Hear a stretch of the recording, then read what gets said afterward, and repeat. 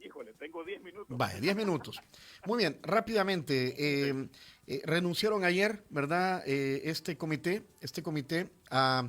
ellos alegan falta de transparencia y el gobierno lo que dice es que no se quisieron someter a presentar su declaración patrimonial. Además de que no podían ser sujetos sus empresas de ser proveedoras del Estado. ¿Cuál es la posición de la Cámara de Comercio, Federico? A ver, si quieren voy a comenzar con esto último porque me parece un ataque tan burdo, tan vergonzoso, francamente, que ni siquiera deberíamos de darle demasiada atención. Pero solo para que ustedes tengan una idea, lo absurdo que es recurrir a este tipo de argumentos, quiero comentarles que el representante de la Cámara dentro del comité está acostumbrado a presentar declaraciones de probidad, porque él lleva varios años siendo representante del sector privado en el Fovial. O sea, es obvio que no puede ser en el caso de él, no puedo hablar en el caso de los otros, por supuesto, pero en el caso de él esa no puede ser la razón por la cual estamos presentando como Cámara de Comercio e Industria la renuncia al comité. Estamos hablando de René Vázquez. Exactamente. O sea, René Vázquez ya presenta su declaración patrimonial porque está decías en junta directiva en Fovial. De Fovial. Ok. Exactamente. O sea que digamos, en el caso de la Cámara, ese tipo de argumento de ataques resultan absurdos. Ok, no aplica. Ahora, ¿por qué renuncia la Cámara? Y esto es lo que más nos importa a nosotros. Ya ustedes lo mencionaban, la falta de transparencia por parte del gobierno y además... Se le cayó la llamada, la vamos a recuperar rápidamente, por favor. Cuando son las 8 de la mañana con 41 minutos. Estarán boicoteando.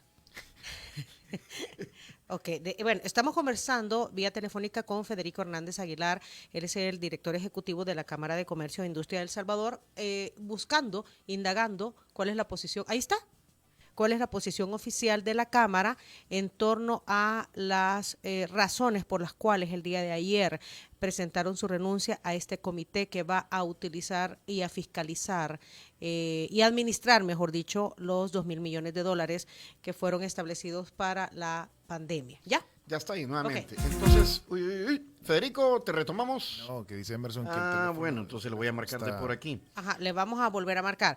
Marcar de aquí. El teléfono es el que... Ok. Va. Entonces, Tony le está marcando. Murió el teléfono, la línea de nosotros. Ok, lo primero que ha dicho... Ahí está ya. Ok. Hola, Federico, perdón, tuvimos problema aquí técnico, pero ya retomamos ahí tu declaración. Adelante. Ok, perfecto. Adelante. Sí.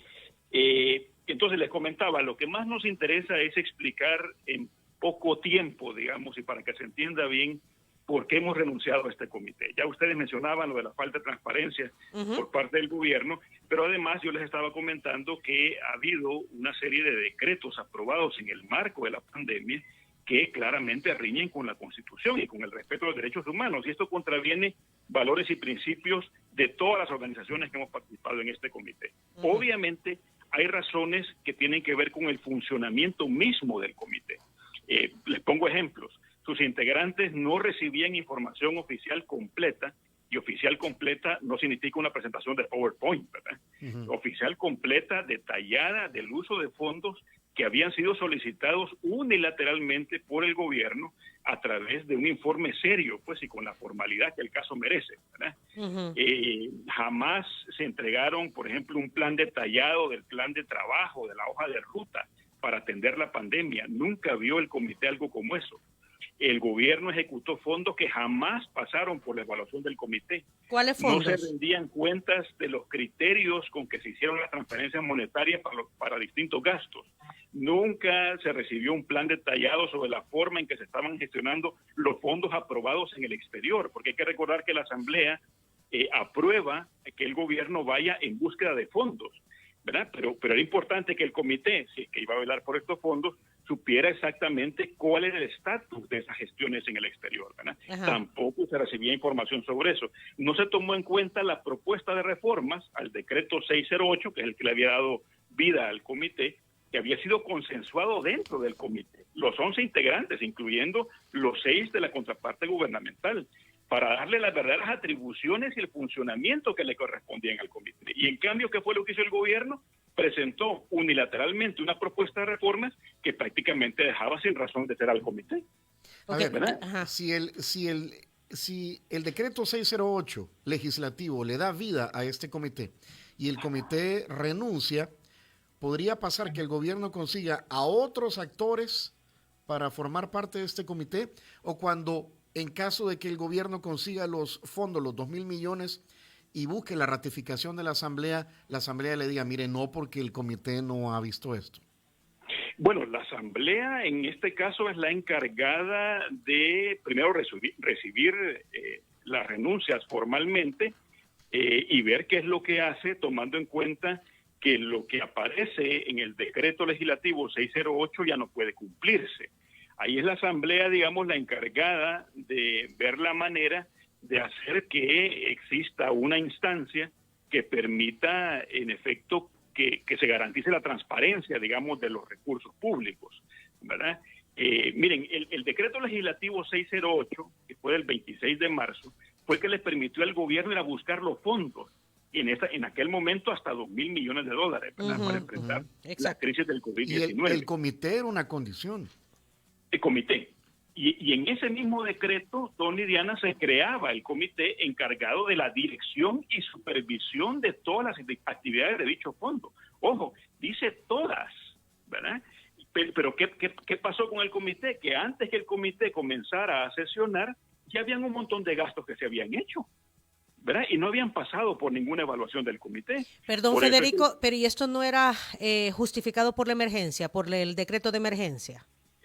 Y precisamente por esa razón, para poder adaptar entonces las verdaderas atribuciones del comité, es que los 11 integrantes del comité, ojo, los 11, no solo los 5 de contraparte, digamos, de la sociedad civil, los 11 definieron un decreto por consenso para reformar el 608, de manera que a ellos no les fuera a caer encima una responsabilidad que nunca habían tenido, ¿me explico? Okay. Entonces, esa adaptación que fue por consenso dentro del comité se manda a Casa Presidencial, y Casa Presidencial no manda ese decreto, sino que manda otro. ¿Y el otro qué decía? El otro básicamente deja casi sin razón de ser al comité. Si ustedes comparan, yo no tengo aquí copia, digamos, en este momento de ese decreto ejecutivo, más bien el proyecto de reformas que el Ejecutivo envió a la Asamblea en su momento, pero si ustedes comparan los dos decretos, se van a dar cuenta de lo que estoy diciendo. Y esto perfectamente puede hacerlo cualquiera de los miembros del comité, digamos, incluyendo los de la contraparte gubernamental. Es decir, esas son las verdaderas razones por las cuales se está renunciando en este momento del comité. O sea, básicamente, y como hablamos los salvadoreños, le dieron la vuelta, vaya, hacían cosas detrás del comité y no pasaban las cosas por el comité como debía pasar. Es lo que dicen ustedes.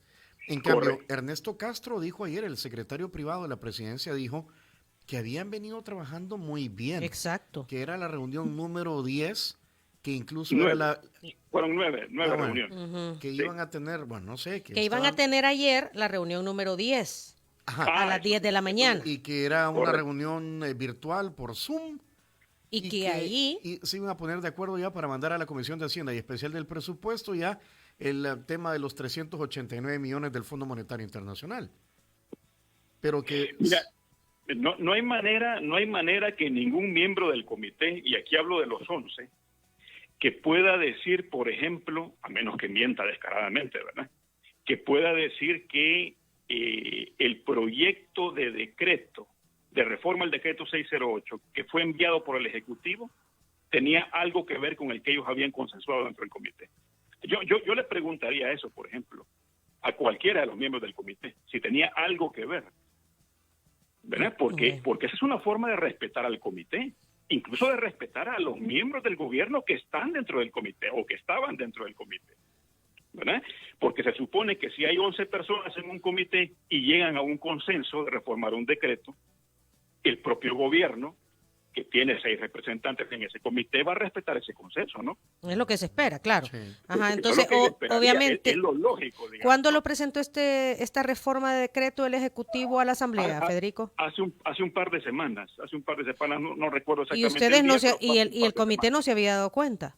Y el comité se desayuna después que el decreto de consenso que ellos habían tomado, digamos, Ajá. no había sido respetado por el Ejecutivo. Entonces, desde ¿Quién ahí se lo- pierde toda la quién no- confianza. Exactamente. Entonces uno dice, bueno, y entonces el comité para que funcione, estamos pintados, pues. Sí.